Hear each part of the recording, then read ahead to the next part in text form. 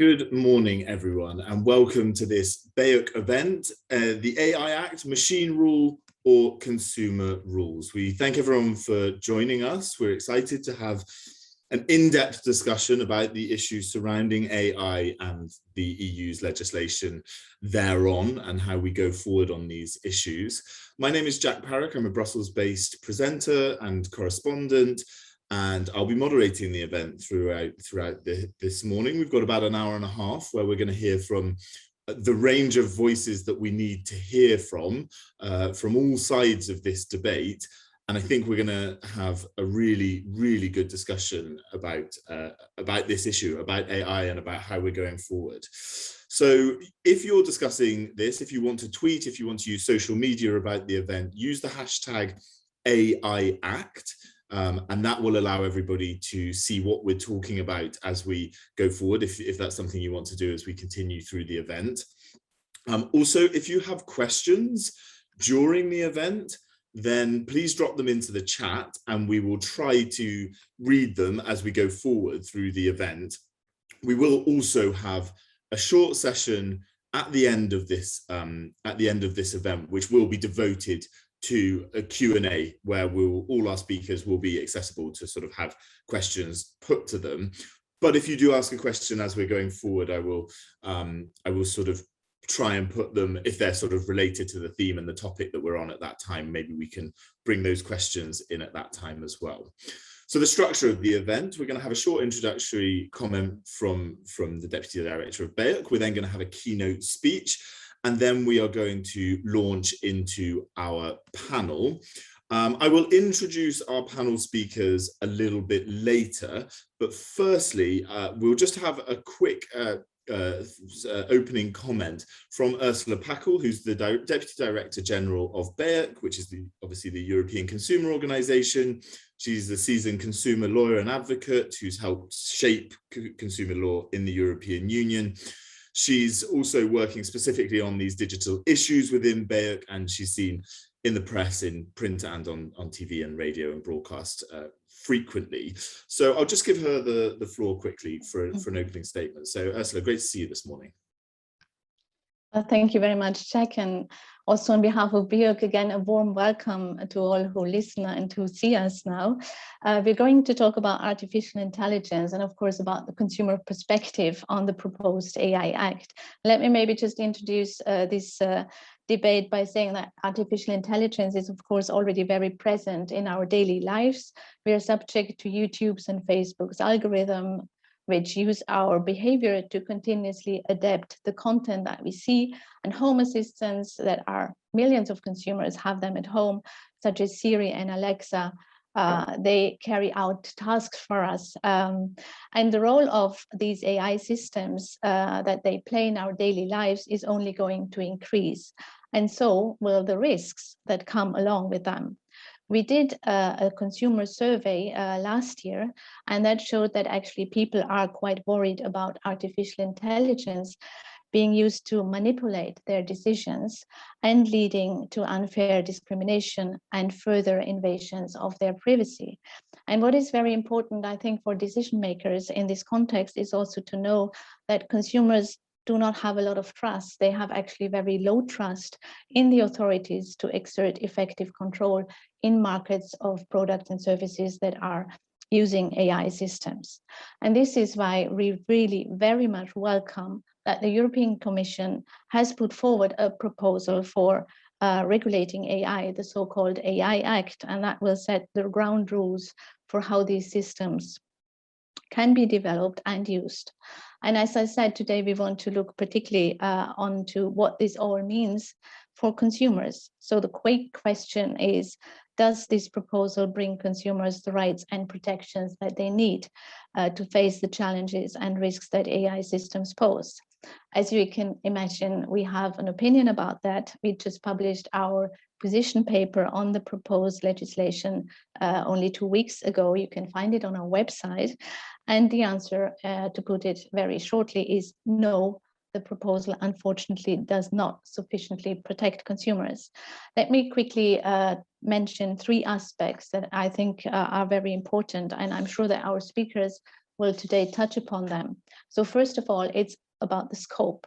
The proposed act, as we know, focuses mainly on high-risk AI system, and it is also based to a big part on EU product safety law. That leaves out a lot of systems that consumers are in touch with in their daily lives and come with significant risk. So what is the best approach? Is it really to go for the high-risk systems only, or shouldn't we be broader and more flexible? The second point is about prohibited AI practices.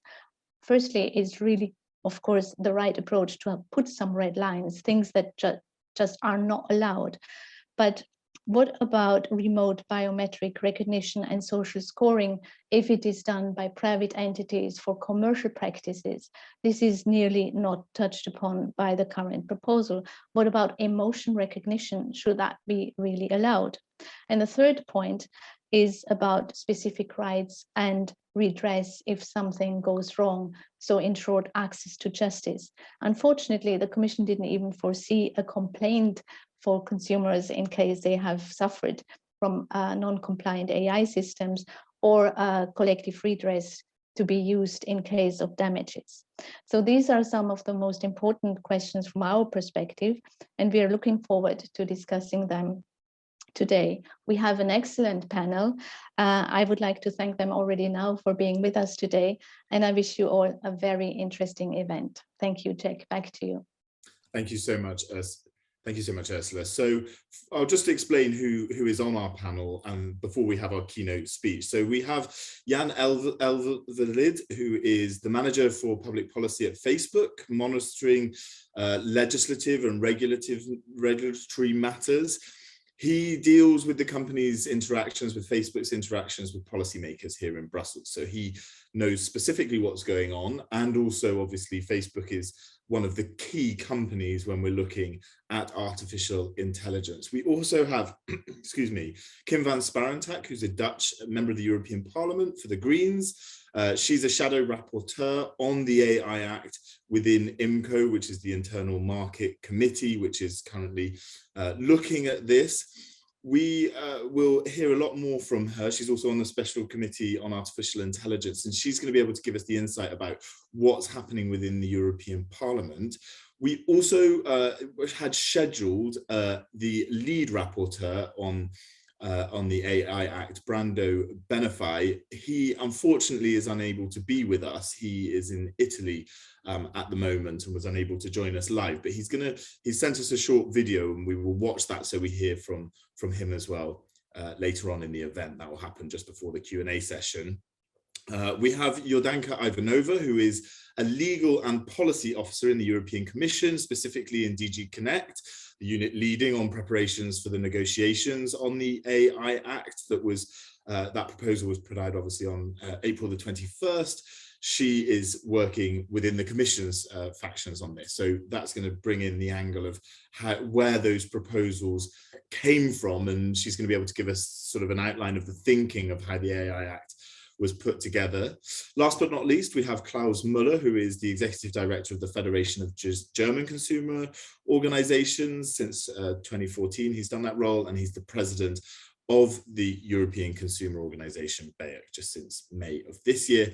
And he's obviously going to be able to bring us the consumer angle and how we look at this from that side.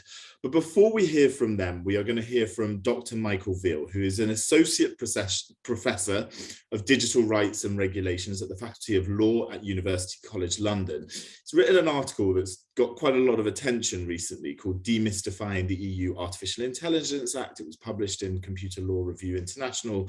And he's going to give us an outline of exactly what that was about. And we're going to hear a sort of 10-minute now keynote speech. So Dr. Michael Veal, thank you so much for being with us this morning. And I'll hand you over the floor to give us your presentation. Thanks, Jack. Yeah, okay, that's great. So thanks for the introduction. There's a lot to talk about with the AI Act, and there's no way that I can talk about it in just 10 minutes. So I'm going to try and highlight a few pieces that are interesting that I think maybe if you read the AI Act on the surface don't always come through as clearly, because it's a really quite complex piece of legislation with quite complex legislative history in the European Union. So the paper that I wrote that you can find online, freely available, tries to do some of this demystification. I'm going to highlight a few pieces today. In short, while it'll be familiar to people, the very brief outline of the functioning and structure of the AI Act, it's got a broad material scope. It covers the marketing and use of AI systems, and they're defined very broadly. They're more or less consequential software that is making decisions. The definition is actually a bit more in-depth than that and combines multiple areas, but it's so broad that much consequential software will be captured in this, not just things we traditionally think of as AI, such as recommender systems or voice assistants or something like that. So it's very broad. And there are no cross-cutting obligations that apply to all AI systems. The Act is actually split to be what is told to us as risk-based. It distinguishes different risk levels, and it starts from quite flashy prohibitions. It has some discussions about manipulation that look a bit like the Unfair Commercial Practices Directive. It has the section that's got a lot of attention on facial recognition, and it has a section on social scoring by the public sector. Those attract either prohibitions or authorization regimes. It then has a section that I'm going to talk about the most during these 10 minutes, high-risk AI, and that looks at AI systems that are intended to be used for certain applications in certain sectors. And it treats it on the basis of a product safety regime, as Ursula outlined in her introduction. It then has a sort of mop-up section on limited risks, which a bit of a grab bag, something about bots, something about deepfakes, and then biometric classification relating to, say, emotional and affect recognition. And it provides some transparency obligations that falls on some different actors in Title IV. And then to sort of finish it off, the Commission is mandated to facilitate completely voluntary code of conduct schemes that kind of mop up the rest of AI systems that don't fall within this. The enforcement regime, however, is based entirely on the structure of Title III, the high-risk AI system. So the enforcement regime is a market surveillance authority, and there may be more than one of these, and some of them are more set than others, particularly in law enforcement.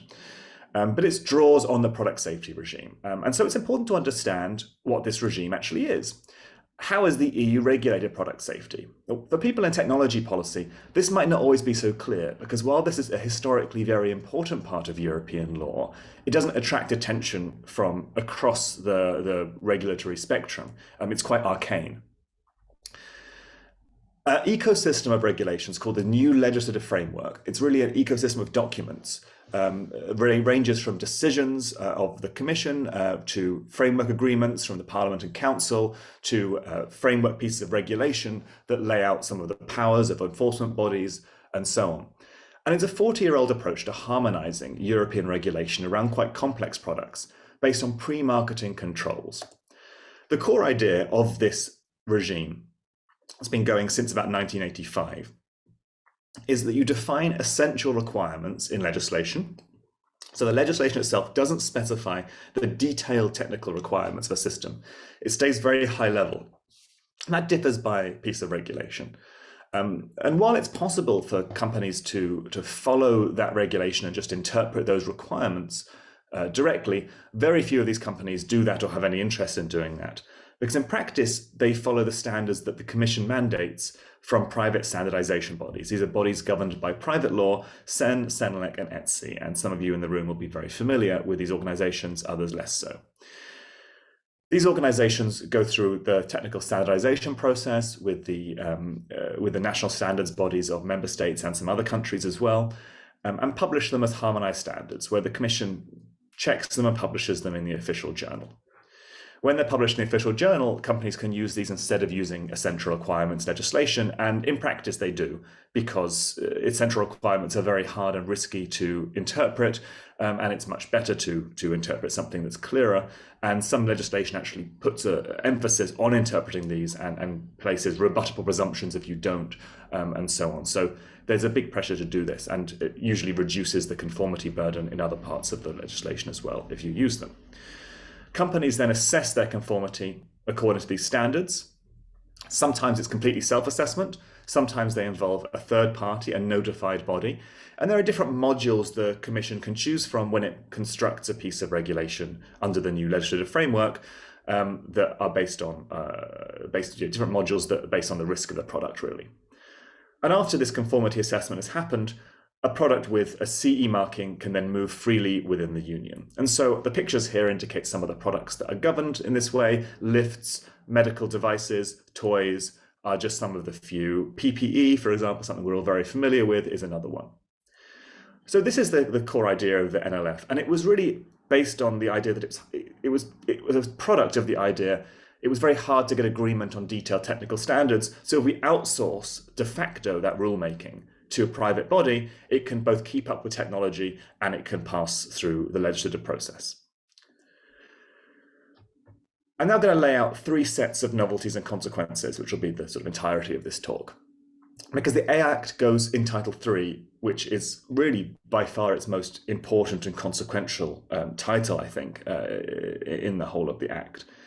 It goes beyond the new legislative framework in ways that have quite unforeseen consequences that need to be unpacked. So the first one is that this whole AI Act, like all NLF law, is based on what is now Article 114 of TFEU, which is the residual power that gives the union to harmonize member state laws when it anticipates or sees a market barrier, a barrier to the internal market.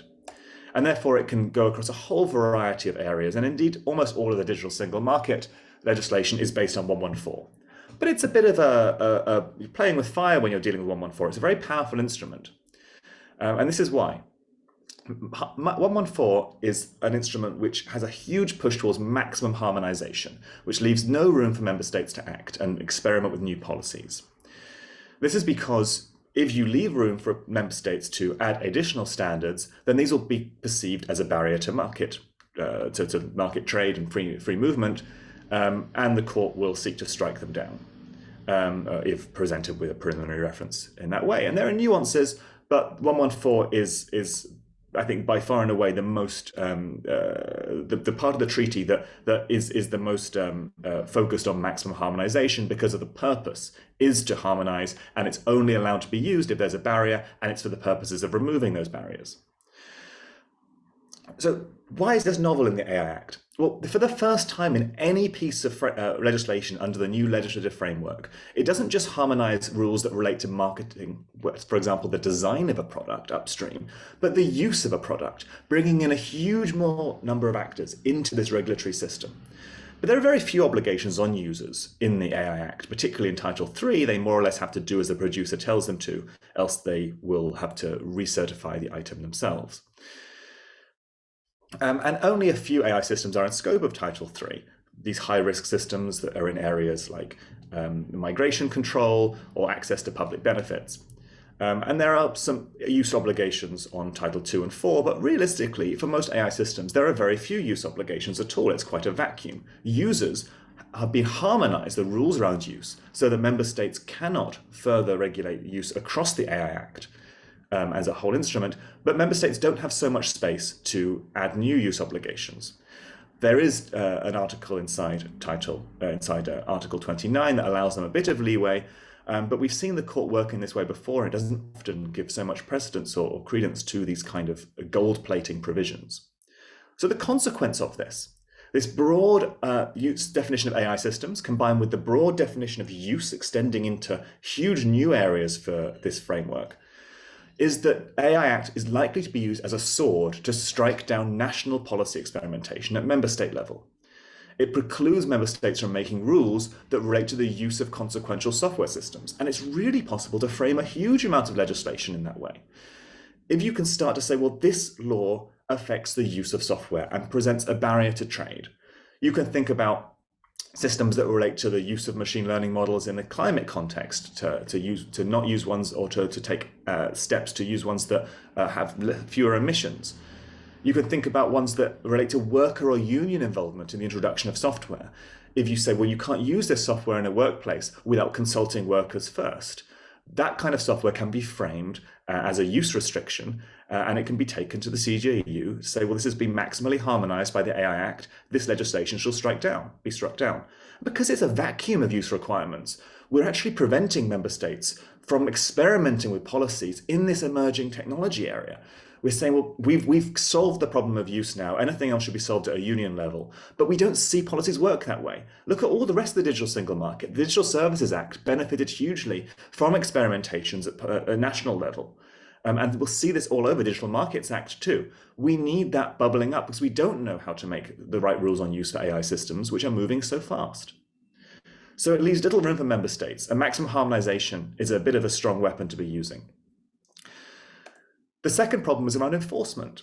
So again, because the AI Act goes so far beyond a product regime, it starts to regulate use, regulate deepfakes, bots, manipulative systems, social scoring. We need to think about the enforcement of this. As Ursula said, there's no private right of action or collective action. There's not even an ability for individuals to complain to a market surveillance authority. Yet enforcement is expected by market surveillance authorities alone. There may be some ways to fit the AI Act into national laws around judicial review or national laws around tort, but this is very uncertain and not harmonized across the Union. The Commission estimates that market surveillance authorities will only need between 1 or 25 new staff to be employed per member state, so very small, low-capacity bodies. They're not guaranteed to be independent as data protection authorities are. And this is a problem because most high-risk AI systems are public-private partnerships. So in practice, when you enforce against them, you're enforcing against another part of the government because they may only have one provider for a migration control system or an AI system that distributes public benefit. But if you try and say that we're going to challenge that as a product, you're really challenging the government's use of that product as well, and saying the government is using a product which doesn't meet legal standards and has problems such as fairness and so on. And a market surveillance authority, which effectively could be a different department of that government, is unlikely to mount that challenge, particularly without a big legal budget, without much political capital, technical analysis, investigation ability. And we also see there's no other actors who can really help surface these issues. So while we can't take complaints from individuals under the AI Act, furthermore, even though it sets up a regime for notified bodies, these third-party certifiers, they're almost never required. As soon as harmonized standards are made for all AI systems under the AI Act, no provider of an AI system has to use a notified body at all under the AI Act. To begin with, it's only biometric systems under Title III, and then it disappears entirely. Notified bodies are an optional choice, these third-party certifiers. So it's not a regime like medical devices where they have to be looked at least you have to check the working of the analysis, check the documents that have been produced by the provider to see they work okay. That's not the case here. So there's not even other actors that can surface these harms and flag them to MSAs. The last sort of panel that I want to look at is around the fact that the NLF is moving into fundamental rights, but doesn't have the legitimate decision-making processes that we need to make rules in this area. It's not just about harmonizing safety, where we might want to give, say, control of PPE standards to a team of experts across different member states to think about what's technically good. Instead, we're extending the use of very technical standardization bodies with almost no experience in most fundamental rights in the Charter to huge new areas such as equity and fairness. As a consequence, there's a big lack of legitimacy here, because essential requirements relate to issues across the Charter in the AI Act. But there's a real danger that, firstly, this rapid standardization process, the Commission anticipates that the standards will be in place before the Act comes into force or is applicable. Because of that approach, we're going to see a huge borrowing of definitions from other standards bodies that have been made in non-representative ways, such as the IEEE, ISO, and similar, where there haven't been civil society representation because people didn't think they were going to lead to legislative obligations. The main mechanism for civil society involvement, ANEC, is doing great work in much of consumer goods, but it can't be a proxy for all civil society interested in all issues across the entire Charter relating to the AI Act in a law that preempts other laws about use and design. That's not really a consumer voice is not really enough here. You know, it's an important voice, but it should be one of many. And so we need to think about how we're going to involve civil society in processes and standards bodies that they have never been involved in before. And lastly, when these standards are published by CEN and CENELEC, it's the Commission that has the say here. The Council can intervene and can make objections. Parliament has no binding veto over these standards at all, even though it's been acknowledged by the Court of Justice that the Court of Justice is interested in having justiciability over such standards because they de facto result in a way to comply with European law. They are not completely voluntary, as much as the Commission likes to think they are. The new legislative framework functions because essential requirements do not have to be interpreted by companies. Companies look at standards, they do not look at essential requirements. So that's all from me. There's more in this paper that you can find at the link there, which is a bit complex, or at my website, Michael LV with a dot before the LV. And there you can see more about the Title II prohibitions and the Title IV prohibitions around deepfakes and bots, and some of the challenges definitionally there. And there's another paper coming soon about some of the harmonization and constitutional issues in the Union with a colleague at Oxford. So thank you very much, and looking forward to engaging in the panel. Thanks so much, Michael, for that opening presentation.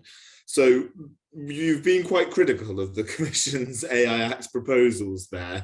So I think first, as we enter into the panel, we'll start with you, Jordanka Ivanova, obviously working within the European Commission. Now, Michael's been quite critical of some of the aspects that have come into the AI Act, but there is a fair thing to say that the EU is the first legislator trying to regulate AI anywhere in the world. It is a challenging task. It is a new area. You had many different ways that you could do this. You chose an approach with a strong focus on sort of high-risk AI systems. There's also a link in your proposal between with sort of product safety legislation. Why did you choose this approach? What happened in the Commission to follow the thinking of the AI Act as we received it back a few months ago? Thank you so much. First to BEUC for organizing this very important and interesting discussion, because first to say that it's really good that we continue the discussion on the AI proposal, and we value a lot of all the expertise and input given by both BEUC and many other stakeholders with their opinions, as well as many academics like Professor Will. It's really appreciated, and we think it will certainly help a lot during the negotiation process and continue the discussion on very important aspects. Now, as said, it's a complex proposal, as obviously presented, and it's been through a very long, indeed, internal process within the Commission. So certainly within DigiConnect, there have been also all other services involved, and there have been many nuanced discussions and political choices, because we see that there has to be also a careful balance, and there can be competing interests in how this framework is designed. So just to say, the starting point was that we already have a robust legislation in the EU, and we have fundamental rights, legal frameworks for data protection, consumer protection. We have also a very robust legislation for product safety. So we really wanted to address the specific features what AI is causing as problems to those public interest and fundamental rights, and address them through a mechanism that improves the enforcement and fills gaps in the scope of other frameworks, and also equips the competent authorities to do that. And specifically, that's why we've looked in the challenges that AI poses. It's not really any software. We really here focus on software that is linked to opacity, unpredictability, data dependency, and because of those specific features, it's causing specific problems that we try to solve with certain requirements that should be enforced already ex ante by the providers and producers, because we've often seen that actually fundamental rights are protected, are actually enforced, and there is a difficulty of enforcement at the very later stage. So that's why the market approach tries really to ensure this ex ante and responsible development of those systems, and thus filling the gaps that we already have with this scope. And we had to indeed ensure a close consistency with all the existing framework I mentioned, because AI can be embedded in products. Then we, of course, have to ensure that manufacturers don't have to follow contradictory procedures. and that's why it's been aligned. Now, for the risk-based approach, that's indeed the other key element of the proposal, because we don't want to regulate the technology as such. We really don't think AI is good or bad by itself. It's the way it's designed and used in specific context, and that's why we also try to base the requirements and their strictness depending on the level of the risks to fundamental rights and safety. Now it's true that we've also tried to reduce cost and compliance, because we also see that there are a lot of benefits for an innovation for companies and for society by the use of those systems, and we know that any legislation comes with a lot of burden. So that's why we try to be flexible. We try to develop proportionate rules and also design the framework in a flexible way where you can add more use cases depending on market and scientific developments over time. So it's also a gradual approach. For many of those systems, we'll have for first time any obligations that will apply in such a strict manner before they enter into the market, and that's been our key objective here. Thank you, Jordanka. It's very interesting because that sort of legislation comes out, and just everybody, all the different sides take a look at exactly what's going on. And one of them is obviously the European Parliament. So Kim van Swarentak, thank you so much for being with us. We're going to bring you in. How is the AI Act being received in the EU, in the European Parliament? Where's your work on it? You're in the special committee on this. What's going on? How do you see the sort of balance between protection and what's in the Act? Yes, thank you so much. Well, I think Europe is really now at a crossroads in our approach to technology, and the world is watching. And this is our chance to choose for strong rules that really put people above the interests of large businesses and protect fundamental rights. And the AI Act will have an impact across all sectors and all sorts of technologies. And the rules we make today in the AI Act will impact our future society. And we can be on the right side of history if we dare to make bold choices today. And what I see in the Parliament is that when we speak about ethical or transparent AI that respects fundamental rights, everybody wholeheartedly agrees we need it. Nobody disagrees with ethical AI. But if you go into the details, what does ethical AI mean? For example, how much information should consumers be able to get when AI is used? This is where we see huge differences between the parties. And at the moment in the Parliament, we're still deciding on competences, and work should be kicking off in November. But there's already an unbelievably huge lobby going on around the AI Act. And this huge lobby only makes my belief that we need to protect people even stronger. AI can really benefit our society, but only if we first make conscious choices about when, where, and how we use these technologies, with protecting people's rights as the first and foremost goal. And this means first we need to clearly establish which uses we never want to use. And I think the current list in Article 5 can use some strengthening and additions. A strong ban on facial recognition in publicly accessible spaces, but also think of emotion recognition currently often used on the work floor in call centers, and predictive policing where AI can select you as a suspect without legal grounds, or so-called gender recognition used to out trans people. But even for AI with high risks, this also means we need to go further than transparency and debiasing. We need to ask ourselves how fundamental rights are impacted when we use high-risk AI. And I think another aspect that is often overlooked is the environmental impact of AI. We as a Parliament clearly call to take this into consideration. And in earlier leaks of the AI Act, the environmental impact of AI was also taken into account. But the current proposal says nothing at all. And finally, the individuals actually affected by AI seem to have been forgotten, as was already mentioned before in the current AI Act proposal. And while with the appropriate rights, such as a right to information, a right to complain, or a right to redress, we can actually really empower consumers. So I think all in all, we can say that there's a lot of work to be done, but I'm really looking forward also to starting to work with the other IMCO shadows on this. It's really important. Do you know what? Over the weekend, I was back home with my mother, and we were in a shopping centre, and she asked, "Do you think they're scanning our faces right now in the shopping centre?" And it was fascinating for me to see my mother, who's not particularly technologically aware, sort of questioning what's happening with the information in the cameras that are everywhere. So I think to me that really showed that consumers are becoming much more involved. If my mum's thinking about that. Anyway, so we're going to turn to Jan from Facebook, who we're really honoured to have you here, because obviously Facebook is one of the leading sources of AI progression. What is your take on the AI Act? How much would it affect the work that you're doing at Facebook?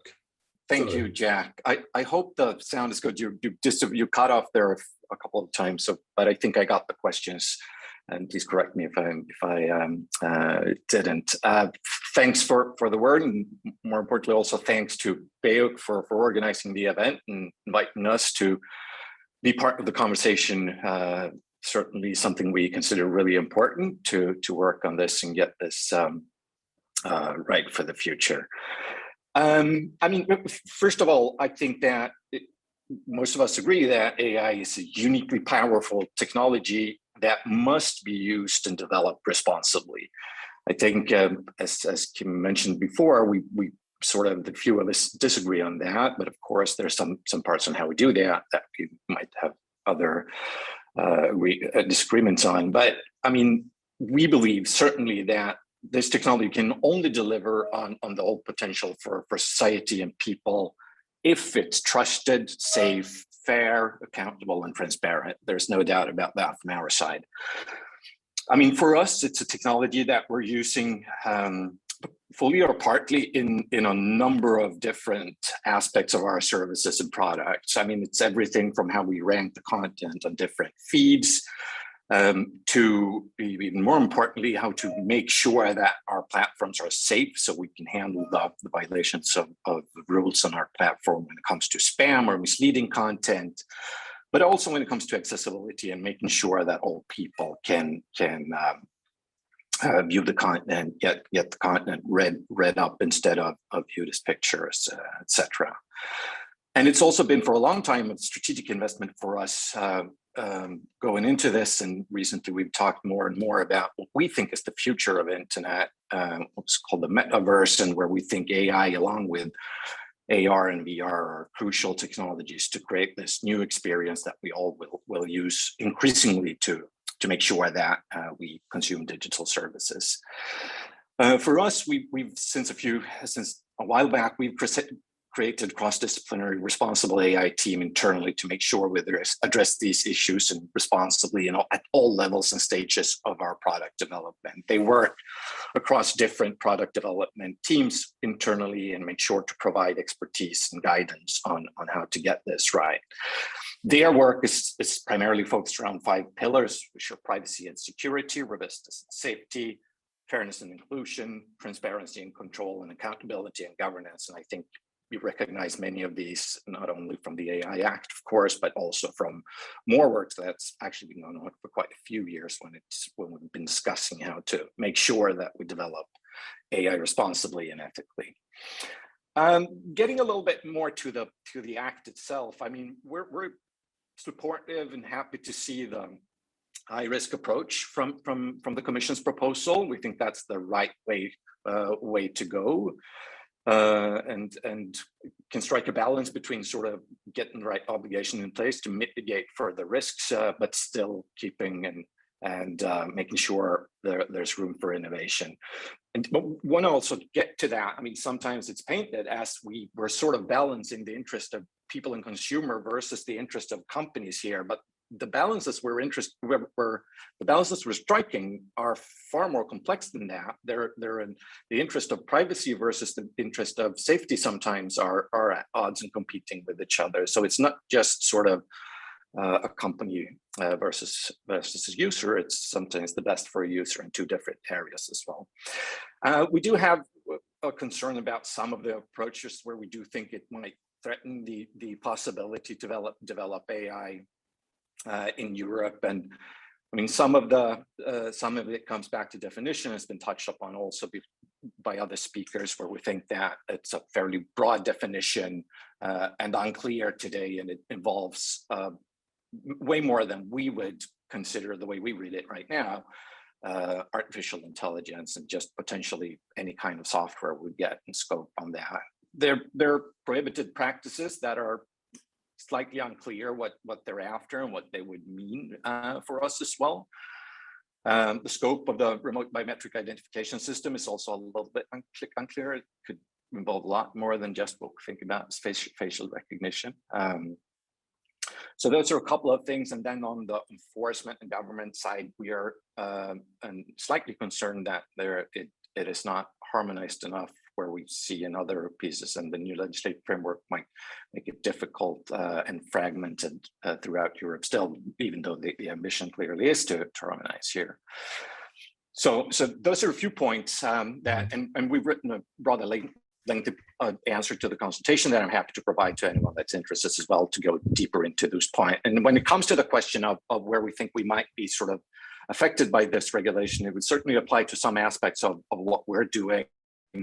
But it'd be a bit speculative today to start diving into the details of that, given that it's under development and we haven't yet seen the final proposal of it.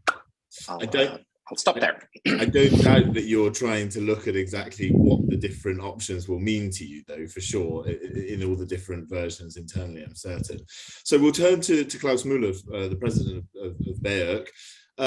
Thanks for waiting. I know it's taken a while to get to you, but do you think that the AI Act provides consumers with the correct protection in its current form?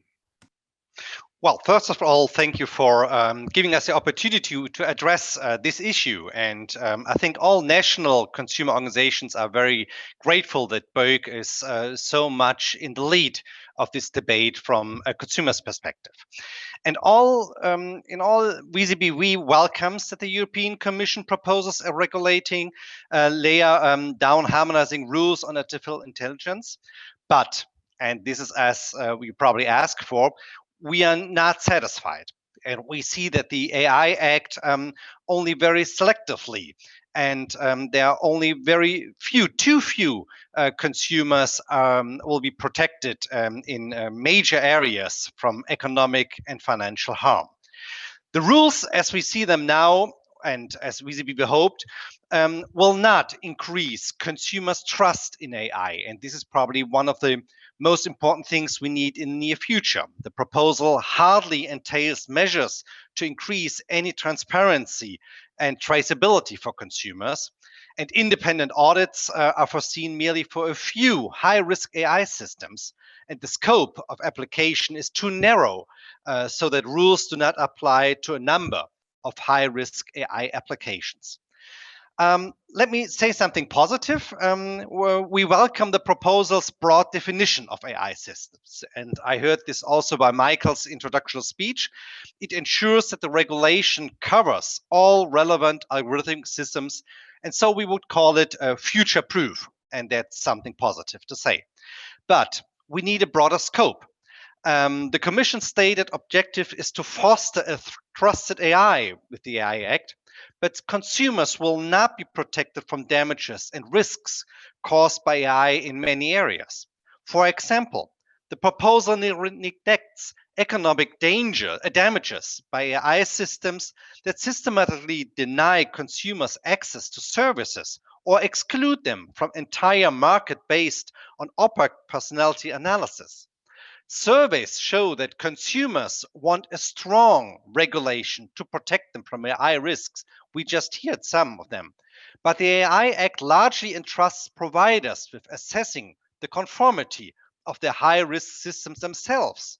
And as a consequence, acceptance of AI-based decision-making will be too low among consumers. So we call to European Parliament, and they must not leave the conformity assessment of high-risk AI systems to provider self-assessment. Only independent audits, as we believe, can create a consumer's trust and foster the acceptance of AI. So all high-risk applications must be subject to independently verified conformity assessment. And let me put this as a last point in this first round. Civil society organizations should have a right to request audits of high-risk AI systems by notifying bodies in case of reasonable indications that AI systems violate existing legislation. So there's still enough to do and to work on. Thank you so much, Klaus. So we're slightly already overrunning our time, so I'm going to encourage everybody to be as quick as they can in the future answers to make sure we have enough time for the questions that are coming in from our audience that we will get to at the end. But quickly, we'll turn back to you, Michael. You touched on this before. The list of practices that would be banned is one of the sort of really controversial parts of the AI Act proposal. For you, is it clear enough? Should there be anything else in there? How do you see that sort of developing as the proposal moves through the legislative process? Yeah, thanks. So there's an interesting list of restrictions, but like Title III, it draws on other parts of EU law and doesn't really acknowledge them very well. It's unclear to me where the manipulation provisions really go beyond the Unfair Commercial Practices Directive, which may just need better enforcement. And particularly, they introduce a harm requirement of physical or psychological harm, which is going to be very difficult for anybody to demonstrate, let alone the fact this is going to be enforced by a market surveillance authority for the most part with a maximum 25 people. So I think it would be better to consider revising the Unfair Commercial Practices Directive in this regard and ensuring that the prohibitions in there relate to AI and are actually enforced and are up to date. I think that would be a better approach than trying to create piecemeal prohibitions in other areas. And relatedly, the other prohibition on social scoring is very interesting, but there are big question marks about whether social scoring is permitted if data is collected from the same context the score is applied in. So if you're thinking about, do you restrict some public welfare provision for somebody because you think they might be fraudulent? Well, is data about their credit card spending or data about their just general economic activity in the same zone as data about as their potential putative fraud? That's really unclear, and so this needs to be made very analysed very carefully. And again, enforcement by market surveillance authority is not going to work if this is not independent. So these prohibitions, I think, they've garnered a lot of attention, but what they don't do is they don't fill the gaps of what the vacuum of use regulation that is left by things that are not falling in with those prohibitions and not falling within the high-risk sector. And the Commission has effectively said, and then we will forbid member states from regulating use in those areas. So the prohibitions draw the goalposts on both sides, but we need to focus on what's lacking in the middle. Thank you, Michael. Yeah, Klaus, I'll turn back to you quickly. Do you agree with that, the clarity? Do you think then, that was quite an interesting thing that Michael was talking about there, the difference between sort of economic activity and fraud. How do you see this act as it is in its current format regarding these particular risk areas? Well, yes, it's, I think, a very good point. And let me stress it to the terms of vulnerability of consumers. We see that there are some interesting points in it saying protecting the young and the old. But the point is that consumers are in different fields in different times vulnerable. And we see not enough protection concerning the vulnerability of consumers. And as we heard before, there are different situations where we see that people's emotions could be used for AI experiments and the gains from that. So we are quite worried, and I think Michael made a good point on it. Thank you, Klaus. So turning back to you, Jan, Facebook is having a pretty difficult time in the news at the moment. Whistleblowers saying that the algorithms are causing physical and psychological harm to teenagers, specifically on Instagram. You've also got this sort of smart glasses with Ray-Ban that's got a lot of questions about, how they're going to be used, how they're going to be, taking our data and how that data will work. And also, obviously, with facial recognition technology. This is a huge issue of trust for a company like yours. Your users are giving you their data and you therefore have a lot of control over it. Where do you draw this line between sort of acceptable business strategy and what should actually be completely outlined and prohibited? Yeah, Thanks, Jack. All good questions. And I mean, yeah, you're right, completely, of course. And I saw a question in the chat, of course, as well. And it's sad for me to see, of course, that trust in our company is so low as it is. I've been working here for 5 years now, and the picture that's painted of our company publicly isn't, in my view, obviously a fully fair one, and covering all aspects of it. But I do recognize, of course, that people don't take my word for that. And the only way we can prove this going forward is taking the right decision and making the right things to prove that we actually do put people first in our development.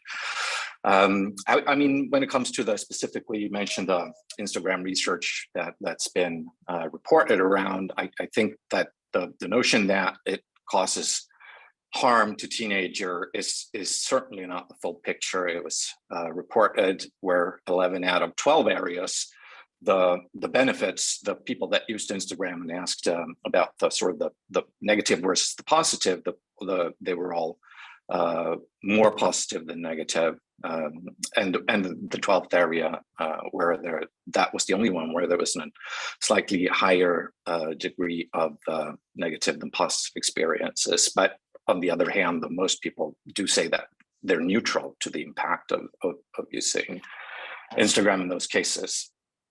Now, and also this wasn't research that was sort of trying to prove the causality between any of these problems and the use of Instagram. It was fostered and done in a way to get us to think about these issues internally and actually make sure that we address them with the right product developments, because there obviously are some of the risks.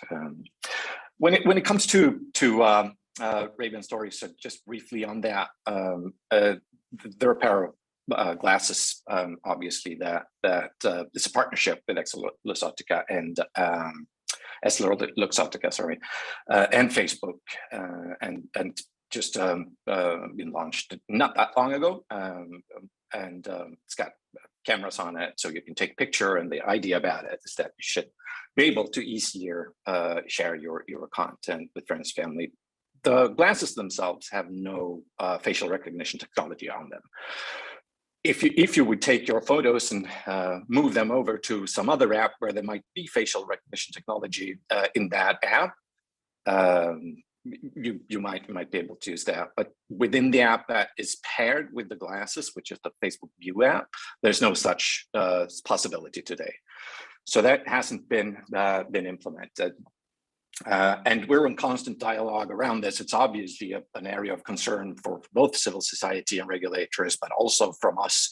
And there's a constant dialogue on where the lines are on this, where there are risks to using it, and where the benefits are greater and motivates the use of it. So that's an ongoing discussion. I'd say we don't have a firm exact, I think, view. Can sort of say here is the line, and these are the cases where it can and can't be used today. However, we're certainly open to the discussion on finding that line. Yeah, I'm gonna stop you there. I think a lot of people will be concerned that perhaps that line isn't yet drawn when the technology is already sort of being rolled out. I wonder, Kim, if I can bring you in, where you feel that facial recognition within the AI Act, is sitting, whether you think that there is, the right approach already, or whether, and the balance between sort of public and commercial uses of facial recognition as well. Yeah, it's a very good question and a very important topic that is already becoming quite tense in the Parliament. And as it stands in the current AI Act, facial recognition is only prohibited when it meets a number of criteria, and it has to be real time, it has to be remote, and then there are all sorts of exceptions that create huge loopholes. And I really think this needs strengthening. Because without knowing, we are all being tracked already. We're followed, we're identified on the streets with facial recognition cameras. And a recent study shows that facial recognition was used in Germany on peaceful protesters, and Orban was recently had a whole network of surveillance cameras installed in Hungary. And we really have to ask ourselves the question, is this the EU we want to live in? Where everybody's face is scanned and where everybody's automatically judged on their appearance. And now, for public actors, the impact on people's life is really clear. But we also also increasingly see private uses of facial recognition, such as around stadiums, in supermarkets, and at festivals. So I think your mother was not wrong, Jack. And private actors surveying and identifying us at random is also dangerous. If these companies would photocopy your ID at an entry, we would find it completely disproportionate and dystopian. And there are no safeguards at all for private use. So it's clear to me that biometric surveillance is dangerous, intrusive, and disproportionate, both when done by public and by private actors. And I think that current so-called ban on facial recognition for public use has so many requirements and such broad exceptions that it still allows for biometric surveillance cameras to be installed on any corner of the streets, both by law enforcement and private actors. And if we as a parliament are serious about making the EU a leader in ethical AI and fundamental human rights, I would say let's ban biometric surveillance in publicly accessible spaces overall. Thanks, Kim. So we'll turn now to Jordanka. Can you explain to us a bit the process that AI systems are going to have to go through? How will oversight and enforcement work, specifically looking at sort of prohibited practices? Yes, thank you, Jack. And just very quick reactions on some things, because I think they are quite important. I want to repeat again that actually with this act and also with the prohibitions, we are trying to fill in gaps. So in some instances, actually, we have already GDPR that is prohibiting the use of remote biometric identification systems by private actors if there is no law at place, and actually we have seen that DPAs are already enforcing. So that's a bit also the background why the prohibitions in the Act have focused more on gaps and clarifying when this can be done in case of law enforcement activities, where we certainly have much more loopholes in the law enforcement directive for data protection. And it's also very important here, again, what Professor BEUC said, because indeed, economic interests are not covered by the manipulative practices. But in the end, these financial interests are aimed to be protected by the Unfair Consumer Practice Directive, and the existing prohibitions could also apply. Then the safety aspects and safety harm are explicitly excluded by this directive. So here again, we see exactly the complementarities between this act and the existing legislation. Now on the enforcement, it's indeed a key point. So first, as you have seen, the prohibitions will be fined with the highest fines of 6%. So really think that this will give a big incentives for companies already to design and think in advance how they develop their products.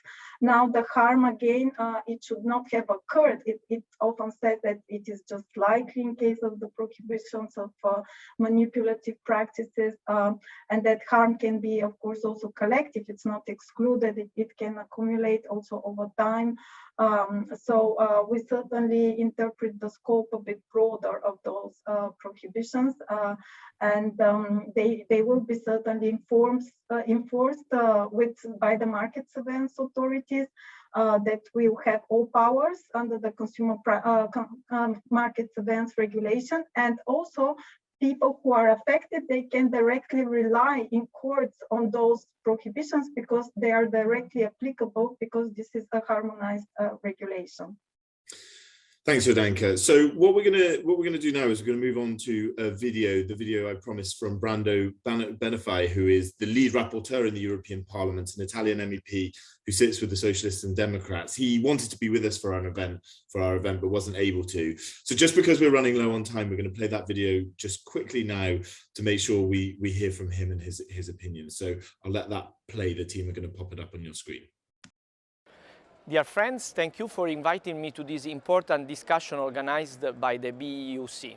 I'm terribly sorry I cannot be with you as anticipated because of a last-minute commitment in Rome. It would have been important for our work on the AI Act to have a full debate with you today, but I really hope there will be other occasions very soon. I'm really looking forward for that.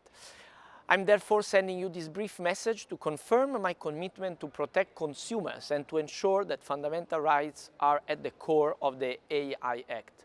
Currently, we are still in the process of internally discussing the competences of each parliamentary committee, which will still need a few more weeks to be sorted out. And only then we will be able to start the actual drafting work on the EP report. Of course, we are not wasting this time at all. We are using it for our reflection and to build and refine our positions on the regulation. Apart from details and nuances, however, we see how the issue of trust that the Commission mentioned several times in its documents on AI, it's an essential element for a successful uptake of AI in Europe, and one of the main goals of the AI Act.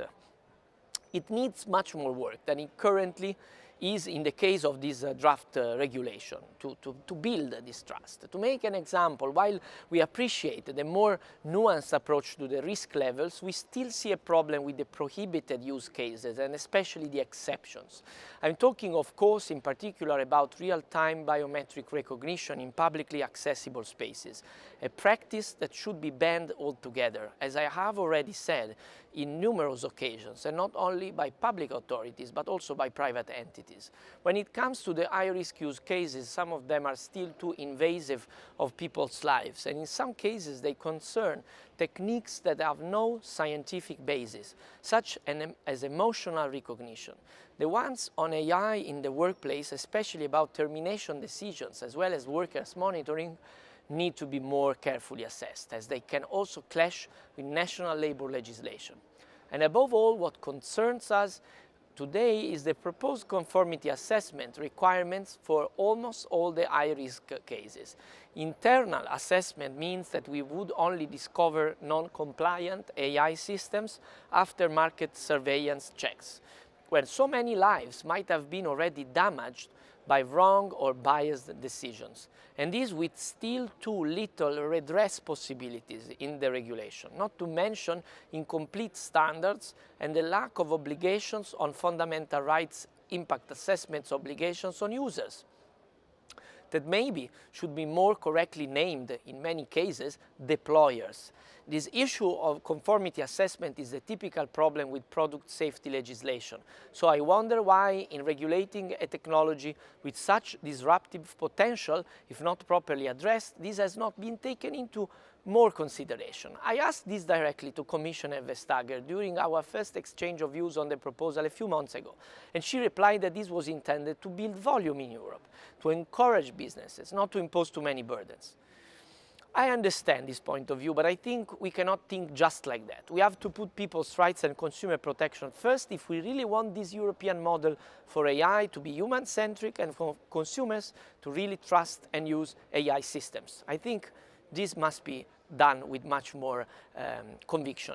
These are just a few of the many points we need to tackle. I know that we will have to fight hard for our vision because political polarization on the issue is strong, but we are prepared to do it, and I know you will be our staunch allies in this process. So let's continue our common work in the upcoming months. I thank you once again for this debate, and I look forward, obviously, to look and study and discuss the outcome of this discussion of today. Thank you very much.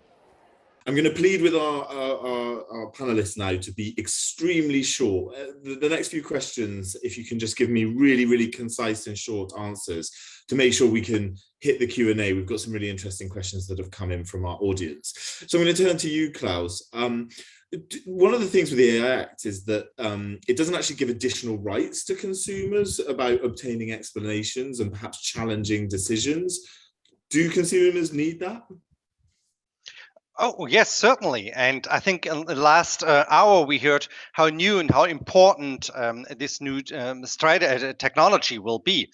So I think what's really a point is that the GDPR is not enough, so that we need some new rights concerning all those things where we do not only talk about personal data and where the decision making is not totally fully automated. So we're talking about the reality, and we're talking about day-to-day situations of credit scoring, of problems when you're introducing yourself into new markets and new technologies. So yes, we need new rights, and we need some rights on better information, on the information of the input data, of the logic model, of the criteria, of the robustness, of the accuracy. So we need more transparency, yes, and we do not see it on the table yet.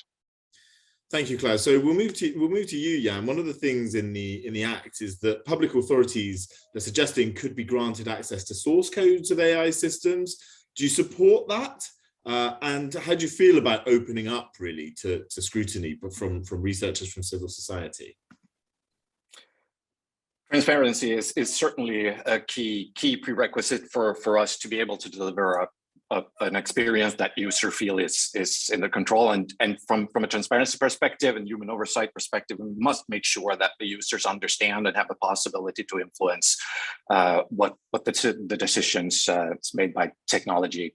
I mean, when it comes to specifically on there are a lot of provisions throughout the proposal so far that are talking not just about source code, but also sharing data and logs and a couple of other aspects, and this is not easy and straightforward. This must be done and balanced and make sure that it's done in a privacy preserving manner, of course, and often to share the full source code of a system will not give the correct insights and meaningful information to a regulator that they need to make sure that companies are compliant with law. However, we fully understand and support the need for insights to be able to make sure that companies do comply and other organizations do comply with the law, and obviously that's something that's needed. But some of the systems we have, they're extremely complex and they're made up of tens or hundreds of different models, and just trying to look at that as the source code of an algorithm is not going to make sense for the purpose of enforcing and making sure that we're complying with law in all cases. There are a couple of other points I have to that, but I'd stay for now. Yeah, I think one of the things is that around that, though, is certainly trust for your companies would change if there's more transparency around those things, even if it's difficult to explain. So turning to you, Kim, do you think the assessment of this we've talked about conformity assessment procedures, do you think that those are the right way to assess the risks before an AI system is put to market? Well, I mean, as was explained before, the AI Act has been drafted through this typical internal market lens. So the proposal uses a product safety model, meaning that if a product meets certain standards, it's presumed to be safe. And the AI Act proposal completely overlooks one thing, because even in an AI system that is transparent, unbiased, and works perfectly, can still be used in violation of fundamental rights. And this is what the AI Act proposal completely overlooks. And this is why we need fundamental rights impact assessments. And if we give AI the label high risk, because it poses a high risk to fundamental rights, why on earth should we skip the next step of looking at how this high-risk AI can impact fundamental rights and how we should definitely not be using it? So under the current proposal, users of AI, for example, governments, schools, and employers now don't have many obligations. Well, this is where fundamental rights are impacted. And as I said earlier, AI can only benefit our society if we first make conscious choices about when, where, and how we use the technologies. So to me, a fundamental rights impact assessment is the only logical next step to address the risks. Thanks, Kim. So we'll turn to you for another quick-fire question, Jordanka. So AI insurance policies and mistakes around there can actually be a really big issue for consumers, obviously. Why wasn't economic harm considered within the list of prohibited practices within the Act's proposal? Yes, I think I explained for the prohibited practices, but I think your question relates more to high risk. If I understand correct, and just to say from the start that consumers and their fundamental rights are part of the protected rights also under the AI Act. So when the Commission has done the assessment whether certain use case should fill into the high risk list, it has certainly looked also in the economic harm and also the harms for fundamental rights of consumers. Now, the issue of insurance is indeed a valid point, and we have taken into account different criteria, including the effectiveness of the existing legislation, right to remedies, also the extent of use, and the available reports and evidence for certain concerns. It's true now it's not really proposed, but we have seen also other stakeholders have raised this point. We think any inclusion in the list should certainly go into this evidence-based assessment, and we can continue to look because, of course, as the prohibited practices and also the high-risk use cases, they raise a lot of political debate. So we are sure that we'll continue the discussion, but we really want and we need evidence-based and sound, robust assessment when we identify it and it includes something additional. Thanks, Jordanka. So just one final question for you before we move on to the Q&A. Michael, one of the shortcomings of GDPR was sort of governance and the impact on enforcement, you know, how it really got there. We've heard from you already that you don't really think that what's in the AI Act is perhaps going to be effective, but perhaps you can explain what would be effective and what would make that viable. Yeah. As Kim van Sparentak explained, this is based on a product safety lens and therefore inherits the enforcement model here of a product safety lens, which has never been around dealing with use at all. And you can see that kind of doublethink come out in the way that the Commission has drafted this. So the Commission has drafted this under 114. So Jordanka said, well, we considered the rights and interests of individuals and fundamental rights when we looked at the high-risk systems. But equally, 114, the treaty, specifically forbids you from making a piece of legislation that concerns the rights and interests of employed persons. Like, it is not allowed to make that on the basis of 114 at all. And so the Commission has to simultaneously argue that this is not a piece of, despite regulating systems in hiring and firing and work, that this does not regulate the interests and rights of employed persons because they don't have any rights in this proposal. They don't have a right to go and complain. They don't have a right to go and take private action. They don't have a right to go against a provider who created a system that wronged them in a workplace. That's just not permitted. And so this kind of doublethink excludes the individual and consumer. And we have to go all the way back. And I think we needed to be more creative to begin with. And someone reached for the nearest tool available to them, product safety lens, which was not the tool that was fit for purpose for Title III of the AI Act. Thanks, Michael. So really appreciate everybody for being quick there with me. That was super useful, which means we can go to as many questions as possible now from our audience. So we're going to start with Jorge Felix Cardozo, who asked the Commission, so you, Jordanka, it would also be good to hear from the Commission on how they choose to conceptualize harm, for instance, focusing on individual harm and not societal harm, and on how they respond to the sort of criticism of that. Jordanka. Yes, I think the concept of harm appears in different spaces, so it's part of the prohibitions where I already mentioned that we look not only at individual harm. Yes, a person could rely if he has suffered harm, but we certainly also aim with the enforcement of those conformity assessment checks and also ex post controls by public authorities. We certainly also aim to cover group harms and collective harms. So it's a broader concept. And the fact that, especially for high risk, we envisage this ex ante assessment that certainly shows that we go beyond the stage also when the harm has occurred. There is also strict requirements for risk management, prevention, identification and management of harms. So that's the overall objective. Also beyond just harms and damages, we certainly also look at adverse impacts more broadly to fundamental rights. That's also another concept present in the proposal. Thanks, Jordanka. So just as well, I don't know if everybody else, I think everybody else is having the same problem. Your audio is a bit weird when we start, but we have heard, I think, what you were saying. I think we managed to certainly hear the words, but just so you know. So the next, we have an anonymous comment that's for you, Dr. Michael Veal. What would be the benefit of / justification of a minimum harmonization instrument? And how would you change the AI Act to make it a reality if you? Yeah, so well, the court doesn't actually really allow minimum harmonization instruments under 114, which is the core initial problem there. You're allowed to have partial maximum harmonization instruments, and that's been held in cases like Philip Morris and so on. And so what you have to do is reduce the scope down. So I don't think there is a justification for the Commission to say we will prevent member states from regulating use beyond what is regulated in this regulation for all non-high-risk systems. All that will do is benefit large large technology companies who will disapply member state law.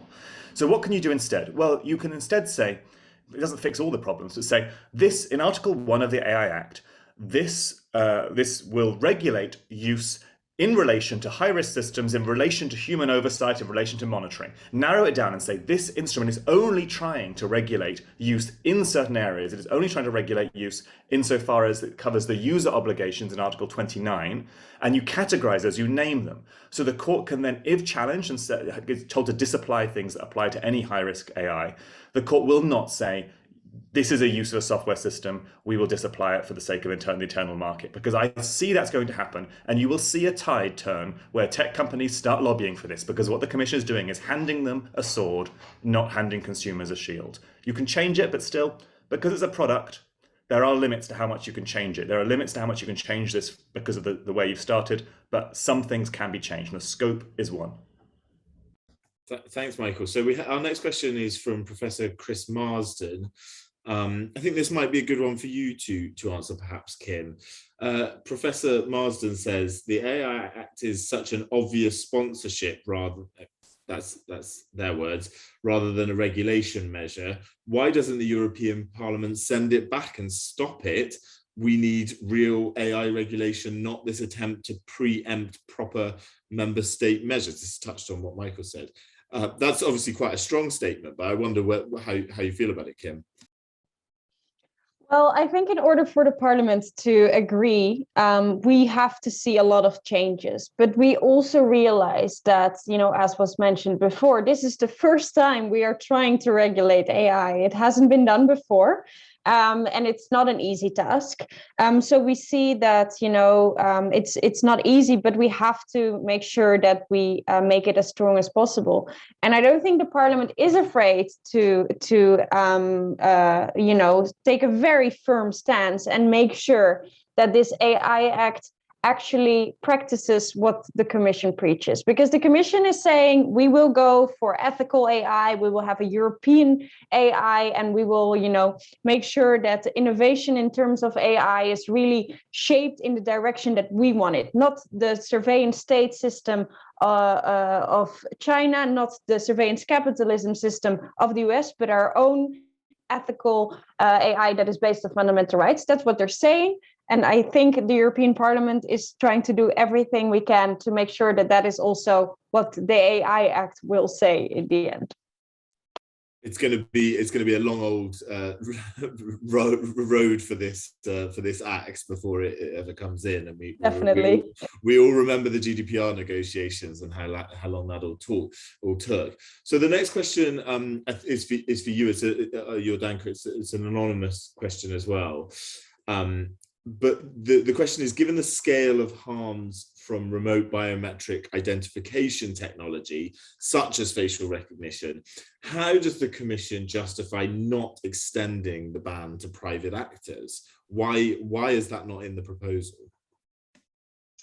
Yes, I think I mentioned already that actually this is in the view of the Commission already prohibited under Article 9 of the GDPR for private actors, except one of the exceptions apply. And we've seen that data protection authorities apply those exceptions and interpret them in a very strict way. So actually we've seen already a lot of prohibitions by the data protection authorities for the use of those tools that are considered completely unlawful under already the existing GDPR legal framework. So that also a bit explains that we have not wanted to repeat things further, and we also see the need to really enforce GDPR in that sense. Thanks, Jordanka. So the next question we'll put to you, Jan. This is quite a strong question. The question comes from Jorge. How are we supposed to trust a company like Facebook to abide by the rules and not to explore the consumer protection, exploit the consumer protection and fundamental right loopholes in the AI Act, as we explained in the BEUC position paper and in Michael's protections? How can there be that trust? Yeah, look, I fully understand the distrust or lack of trust in our company currently. But however, I also want to emphasize that I personally do disagree with a lot of the reporting we've recently seen. And Facebook has been investing heavily in making sure to address the challenges we're facing, whether it's in this space or in other, obviously. We've done loads of products update to make sure that we may put the people using our platforms first. And I do think that, I mean, I understand that people wouldn't take my word for it again, but looking at all those investments and the product updates, I do think you can see that we are addressing them. And I also think that if we fail to address these questions and get this right, we're not going to be relevant for our users, because they really want us to take responsibility for these issues, and we're not going to see them as users on a platform. And we've also in the past seen how advertisers and other type of users on our platform obviously called out for greater efforts on responsibility, and they will also leave us unless we get this right. So I do think they're first and foremost and primarily, the people working at Facebook want to get this right and do the right thing. But secondly, there are clear financial and business incentives also to do this the correct way.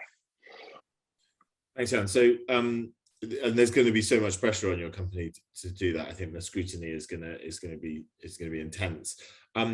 So this is actually an interesting question. Something that I thought about while you were talking, Kim, was about the environmental impact that you mentioned of AI. I wonder if you can explain to us, what is the environmental impact of artificial intelligence? Well, we have two sides of the coin, of course. The use of AI in general has an environmental impact, but we also know that there are certain technologies that can have an environmental impact. And I think it's very important that, you know, if we let AI decide on how a certain waste plant is working, which might have the risk of creating a huge environmental problem, then we have to make sure that we categorize this as high risk and not just say, oh, well, oops, that's collateral damage when we use AI to try to make our our systems more efficient. So I think it's a really big pity, and also I really don't quite understand how a commission who is so focused on creating a greener Europe has left this out of the AI Act. And we're going to do everything we can to get this back into the high risk classification. Interesting. That's where the battles will start to begin. So for you, Klaus, there's a question that's come in. Given the limited scope of the proposal and the fact that many applications will fall out of the regulated scope, can we truly speak of a horizontal law? That is one of the sort of issues. How will it work in that sense? Is it ever going to be truly sort of horizontal and encompassing? Well, I think not yet. In the beginning, I mentioned and I praised the broad definition of AI. This should be something the European Commission should stick to, and we call it future-proof. But as mentioned before, there are too many day-to-day applications from AI where consumers are not fully protected yet. We discussed the point of vulnerability, which can happen to everybody of us, and we talked about the rights for consumers. So to answer the question quickly, no, it's not enough. And again, we put our hopes in some good arguments, and we know that the European Parliament is really engaged in putting something up which is good for consumers in the European Union. Can I ask you just one other question while you're there? One of the things that Michael talked about was about how consumer protection isn't just one aspect. Obviously, you represent consumers. Presumably, you feel the same, that you want the involvement of different sectors as well. Does the consumer sector want the whole responsibility of AI? Just a short answer, if you can. Wow, it's a difficult question for a short answer. Well, we see that consumers like the advantages of digital applications, and I think they also like the advantages of AI. And if you look at certain sectors, we look in the health sector, we look in science and research. Yes, there we see a lot of acceptance. But if we look at security matters, if you look at mass surveillance, we see that consumers are very, very critical. So as in other fields of consumer policies, consumers look at it in a very differentiated way. And I think we need a very clear and strong regulation on that. Thanks, Klaus. It's going to be a really interesting tussle between everything. The next question is for you, Kim. Probably it comes from Jasmine Cole. For now, it looks like IMCO, the Parliamentary Committee, on Internal Market, will share the lead on the AI Act in the European Parliament with the URI committee as well. Are you concerned that the differences of views regarding AI between the political groups might lead to a real blockage in the Parliament, and how can that be prevented? This is a huge issue within the Parliament for yes, yeah, it's maybe it's a bit too much internal Parliament politics for some of our viewers, but nothing has been decided yet, but I don't think it will make it easier if we have to agree with so many committees, whilst it's already such a big act and there are already so many aspects that we have to take into account. I'm slightly worried if we have to have all the committees discussing this, but on the other hand, it is very broad, so to have several expertises look at an act is also not completely something that's wrong. Is there already a bit of a power tussle going on? You're in there. Do you sense that already? You mean between the committees? Yeah. I guess that has been the thing from the beginning, right? On all the digital policies, everyone wanted to write their own initiative report to show that they were the ones that had to talk about it. But if you look at the way that the AI Act is written, it's really about product standards and also consumer protection, although, as we said before, can be strengthened. So I think it makes a lot of sense that the Internal Market Committee has a big say in it.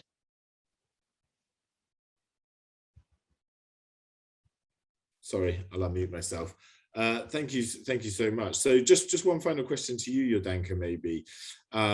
What's your hang on, excuse me. This is from someone anonymous. This is a question about sort of private actors and the GDPR under national law. The question being, given the scale of harms of sort of use cases. Oh, we asked that question already. Apologies. I'm getting a bit lost there. Okay, do you know what we'll start to wrap this up. We're going to move on to Ursula Packel, who's going to give us just a sort of slight debrief.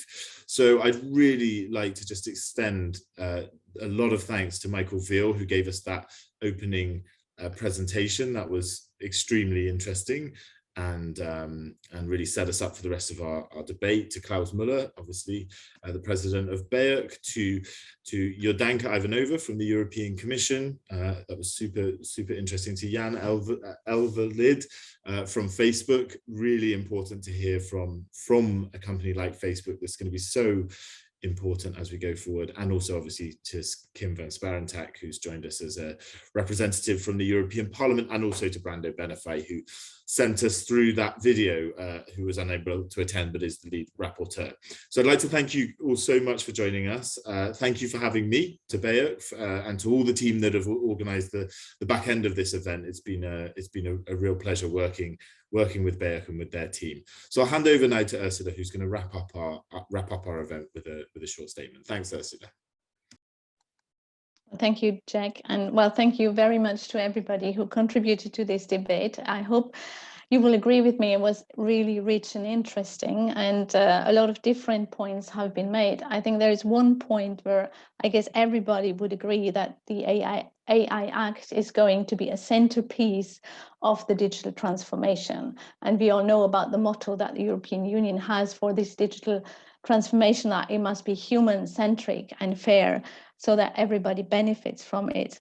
And if you allow, Michael, I think I would like to borrow what you put forward as a very interesting phrase that you coined. You said the proposal, if I rightly understood, is a sword for businesses, but it is not yet a shield, or it's not a shield for people or consumers. Well, then the basic question from our point of view is, can we turn this proposal into a shield, that it really also protects people and can inspire the trust that we also need. And we heard about that. And I think it was also very clear that the legal base already with this article 114 comes with a lot of impact on potentially precluding further developments at the national level. So this is, I would like to say, why we really need to get this piece of legislation right. We need to get it right. And let me just maybe also comment, because there was a lot of references to consumer law is maybe better placed, or it's enough already. There, I think we would really disagree, because we don't have specific enough obligations in consumer law. We don't have specific rights for consumers when they are confronted with AI systems. And importantly, we don't have the appropriate governance system and enforcement system in place. I don't see how consumer protection authorities today could effectively enforce consumer rights against non-compliant AI systems and the users and developers of that. So I have to say, I'm really glad that I think both Kim and Brando Benify have made it very clear that they think there is a lot that needs to be done still to make this piece of legislation a shield for people. And that is a huge challenge that must be addressed, that people can really trust. And it's a big responsibility on the co-legislators, actually. So there is a lot of work still ahead, and well, BEUC is always happy to support and provide the consumer expertise on this important work that we have to do, hopefully together. And so let me just close and thank everybody for this really interesting debate. Thank you so much, and thank you to Jack, the panelists, to my colleagues who made this possible. And well, have a nice rest of the day, and see you soon. Bye-bye.